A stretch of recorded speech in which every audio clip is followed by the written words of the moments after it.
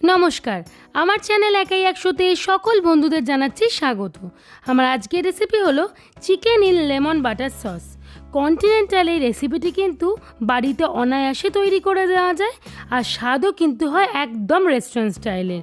তাহলে চলুন দেখে নেওয়া যাক আমার আজকের এই চিকেনের রেসিপিটি। আমি এখানে চিকেন নিয়েছি 500 গ্রাম পরিমাণের। চিকেনটিকে আমাদের খুব ভালোভাবে আমি ধুয়ে পরিষ্কার করে রেখেছি এবং এটি আমাদের ম্যারিনেট করে নিতে হবে।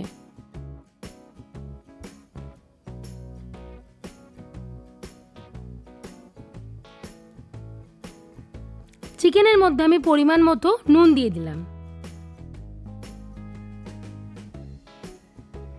এবং হলুদ গুঁড়ো দিয়ে দিচ্ছি পরিমাণ মতো,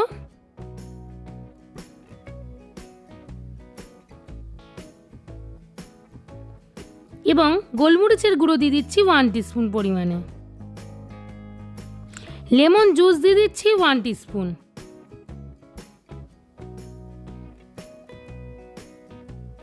রসুন বাটা দিয়ে দিচ্ছি 2 টিস্পুন পরিমাণে এবং আদা বাটা লাগছে 1 টিস্পুন। এবারে হাতের সাহায্যে খুব ভালোভাবে চিকেনটিকে আমি মেখে নেব এবং ম্যারিনেট করে অন্তপক্ষে আমাদের মোটামুটি 3 থেকে 4 ঘন্টা মতো ম্যারিনেট করে রেখে দিতে হবে।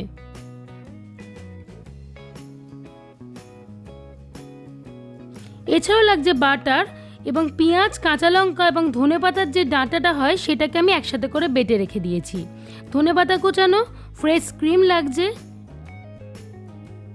আদা রসুন বাটা এবং লেমন জেস্ট লাগছে। এছাড়াও নুন, চিনি, গোলমরিচ তো লাগছে এবং লেমন জুসও লাগবে। এবারে আমি একটা ফ্রাইং প্যানের মধ্যে একটুখানি বাটার দিয়ে নিচ্ছি। দেখুন বাটারটা খুব ভালোভাবে মেল্ট হয়ে গেছে।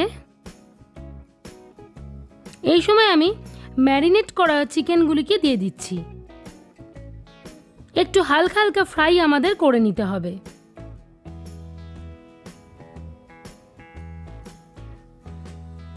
আমি হালকা করে একটু ফ্রাই করে নেব। দেখে বুঝতেই পাচ্ছেন যে কালারটা চেঞ্জ হয়ে আসছে। দেখুন হালকা ফ্রাই কিন্তু আমাদের প্রায় হয়েই গেছে, লাল লাল ভাব অলরেডি চলে এসছে। এবারে আমি একটা কড়াইয়ের মধ্যে আবার 1 কাপ পরিমাণে বাটার দিয়ে দিলাম। বাটারটা মেল্ট হয়ে গেছে। এই সময় আমি পেঁয়াজ, লঙ্কা এবং ধনেপাতা যে বাটাটা আমি করে রেখে দিয়েছিলাম সেই পেস্টটাকে দিয়ে দিলাম।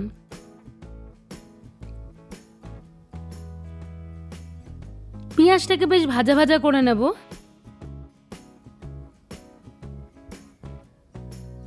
রসুন বাটা দিয়ে দিচ্ছি এবং আদা বাটা দিয়ে দিচ্ছি। এবারে ভালোভাবে আমাদের পেঁয়াজ, আদা, রসুন একসাথে করে কষিয়ে নিতে হবে। স্বাদ অনুসারে নুন দিয়ে দিলাম এবং বাটারে যে ফ্রাই করে রেখেছিলাম সেই চিকেনগুলিকেও এখন দিয়ে দিচ্ছি। এবার পেঁয়াজের সাথে অর্থাৎ সমস্ত মশলার সাথে চিকেনটিকে খুব ভালোভাবে আমাদের কষিয়ে নিতে হবে। বেশ সময় নিয়ে করতে হবে যাতে চিকেনটা অলরেডি খুব ভালোভাবে সেদ্ধ হয়ে যায়। এই সময় আমি একটু ফ্রেশ ক্রিম দিয়ে দিচ্ছি। রান্নায় ফ্রেশ ক্রিম দিলে কিন্তু টেস্ট তো আরও দ্বিগুণই হয়ে যায়। এবারে আমি অল্প করে একটু জল দিয়ে দিলাম। দেখুন কষতে কষতে কিন্তু হাড় থেকে মাংস সুন্দরভাবে খুলে আসছে। এবারে যেরকম গ্রেভি করবেন সেই অনুযায়ী কিন্তু জলটা ব্যবহার করবেন। মাংস কিন্তু অলরেডি আমার চিকেনটা দেখুন সেদ্ধ হয়েই এসছে। আরও কিছুক্ষণ যাবত অপেক্ষা করব পুরোপুরি সেদ্ধ হয়ে যাওয়ার জন্য। লেমন জেস্টার থেকে একটু রস ছিল, সেই রসটাকে দিয়ে দিলাম। একটুখানি স্বাদের জন্য চিনি দিয়েছি, কারণ যেহেতু লেবুর রস দিয়েছি তাই টেস্টটাকে একটু ব্যালেন্স করার জন্য দিলাম। আর ওপর থেকে একটুখানি ফ্রেশ ক্রিম দিয়ে দিচ্ছি।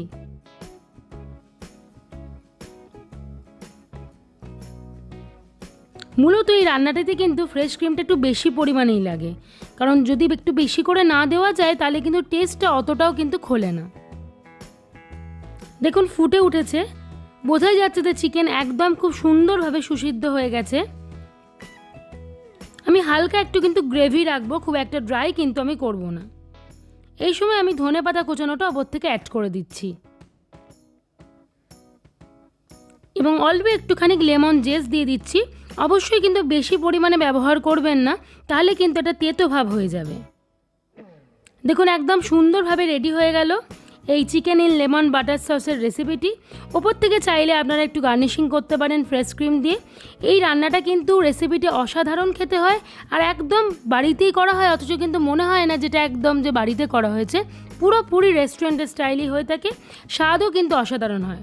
তাই আপনারা অবশ্যই কিন্তু এই পদ্ধতি মেনে বাড়িতে ট্রাই করুন এবং আমাকে কমেন্ট করে জানান যে কেমন লাগলো। যদি ভালো লেগে থাকে ভিডিওটি লাইক এবং আমার চ্যানেলটি শেয়ার সাবস্ক্রাইব করার অনুরোধ রইল। আর পাশে থাকা বেল আইকনটি অবশ্যই প্রেস করুন নিত্য নতুন ভিডিও আপডেটের জন্য। ধন্যবাদ।